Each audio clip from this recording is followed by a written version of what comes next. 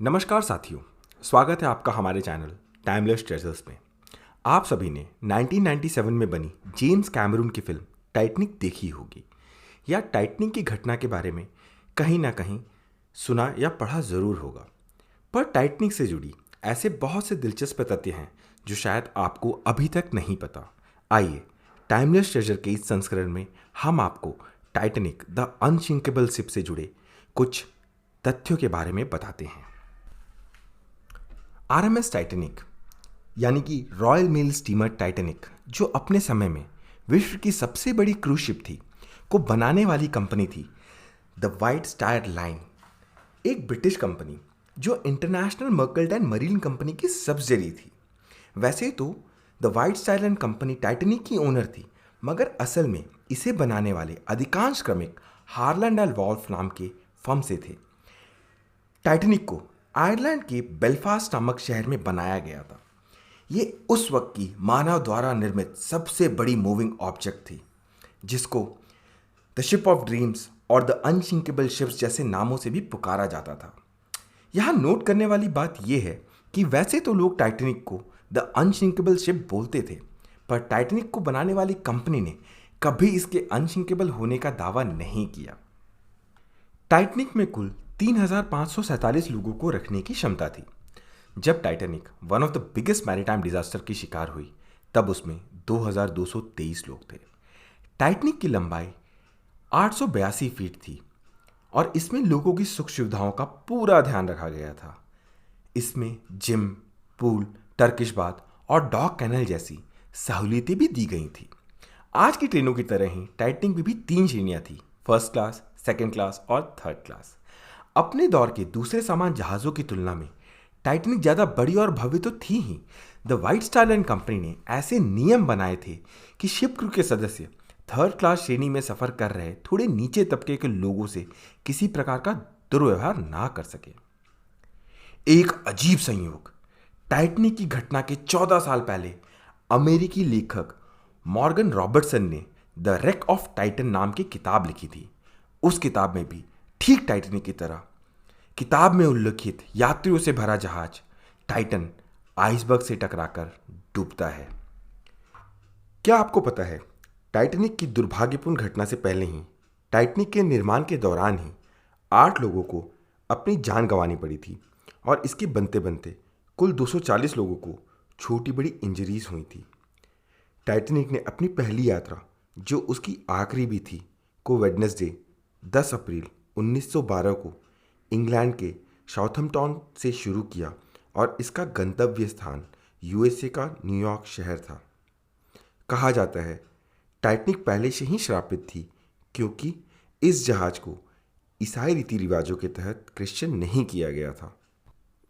यात्रा शुरू होने से पहले ही टाइटैनिक के कोल रूम में आग लग गई थी, जिस पर जल्द काबू पा लिया गया। चीफ इंजीनियर और शिप के कैप्टन ने क्षति का जायजा लेकर यह तय किया कि टाइटैनिक के तय ट्रेवल शेड्यूल को चेंज ना किया जाए। पोर्ट से निकलते वक्त भी टाइटैनिक ने अपने आकार की वजह से समुद्र में भारी हलचल मचाई और तट पर खड़े एसएस सिटी ऑफ न्यूयॉर्क नामक जहाज से टकराते टकराते बची।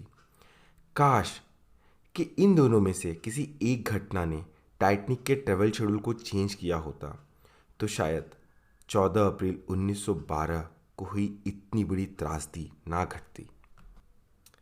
इंग्लैंड में कोल श्रमिकों द्वारा किए जा रहे स्ट्राइक की वजह से टाइटैनिक के पहले सफ़र के लिए उपलब्ध सारे टिकट नहीं बिके थे।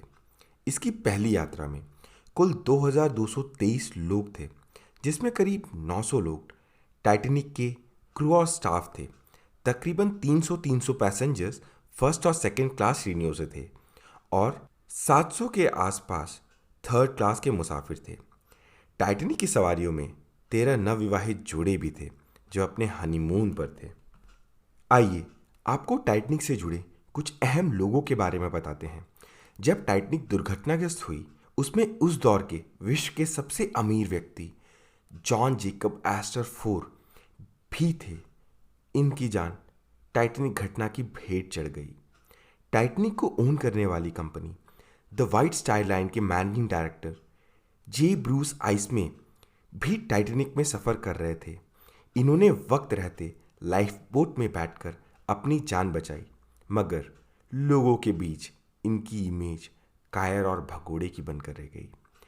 टाइटैनिक के मुख्य डिज़ाइनर थॉमस एंड्रू ने भी अपनी जान इस घटना में खो दी।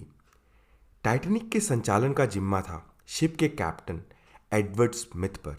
जब टाइटैनिक आइसबर्ग से टकराया, उस वक्त कैप्टन एडवर्ड स्मिथ शिप का संचालन नहीं कर रहे थे। कहा जाता है कैप्टन एडवर्ड स्मिथ ने लाइफ बोट में बैठने से इनकार कर दिया था और टाइटैनिक के साथ ही समंदर की आगोश में चले गए। जब टाइटैनिक आइसबर्ग से टकराया, तब शिप का संचालन कर रहे थे फर्स्ट ऑफिसर विलियम मर्डॉक, जिन्होंने जहाज डूबने से ठीक पहले खुद को गोली मारकर आत्महत्या कर ली। टाइटैनिक से जुड़े कुछ नसीब वाले अहम लोग भी थे जो किसी न किसी कारण से टाइटैनिक के पहले सफ़र में हिस्सेदार नहीं बन पाए थे, जिनमें प्रमुख हैं the white star Line company के चेयरमैन लॉर्ड पियरे, टाइटैनिक को सच्चाई में बदलने में अहम भूमिका निभाने वाले प्रसिद्ध अमेरिकी बैंकर जेपी मॉर्गन और आज के हर्शीज चॉकलेट कंपनी के संस्थापक मिल्टन एस हर्शी। 14 अप्रैल 1912 वो काली रात जिसमें टाइटैनिक समुद्र की गहराइयों में समा गया।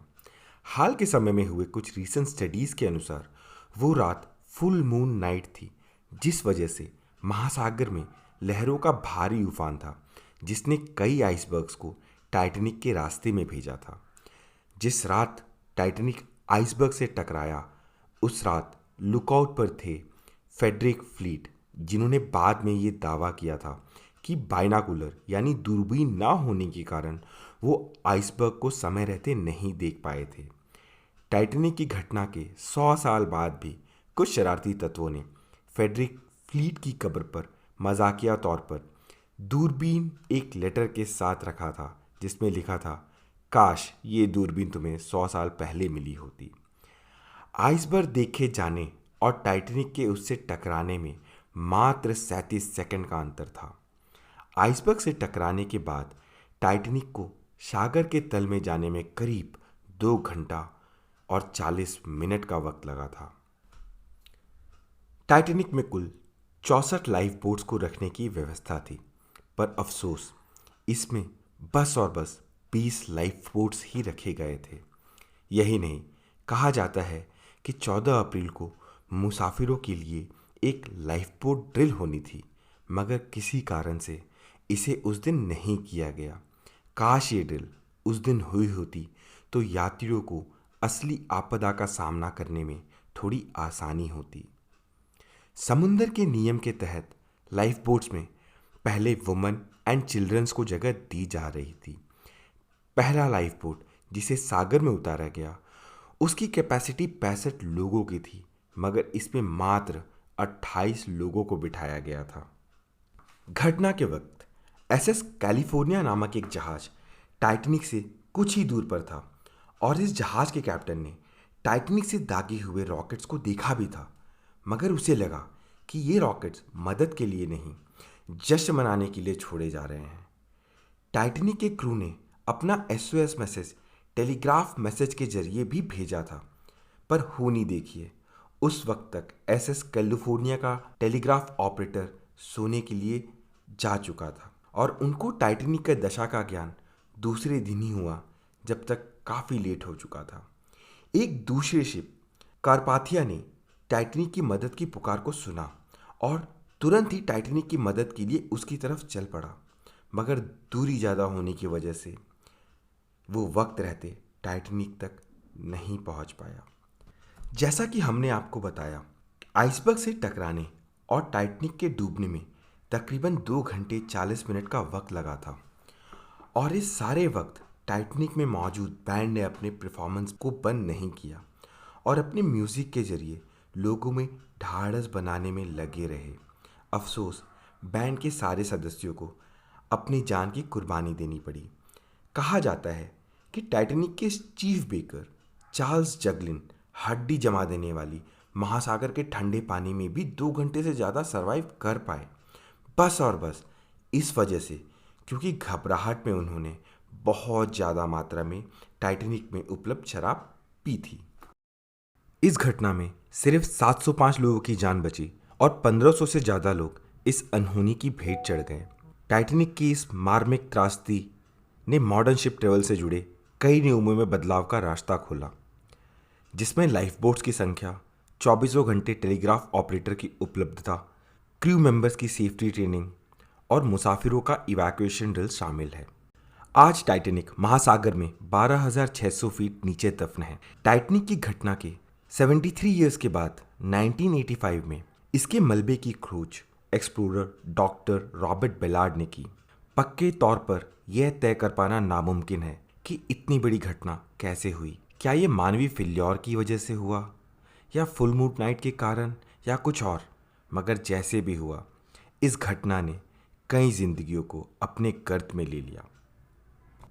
साथियों, अगर आपको हमारे ये प्रयास पसंद आया तो हम आपसे हमारे चैनल को सब्सक्राइब करने का आग्रह करते हैं और रिक्वेस्ट करते हैं इस वीडियो को अपने फ्रेंड्स और फैमिली के बीच शेयर करें और कमेंट के माध्यम से हमें बताएं आपको हमारे इस वीडियो में क्या अच्छा लगा और क्या नहीं, जिससे हम भविष्य की वीडियो को और बेहतर बना पाएं।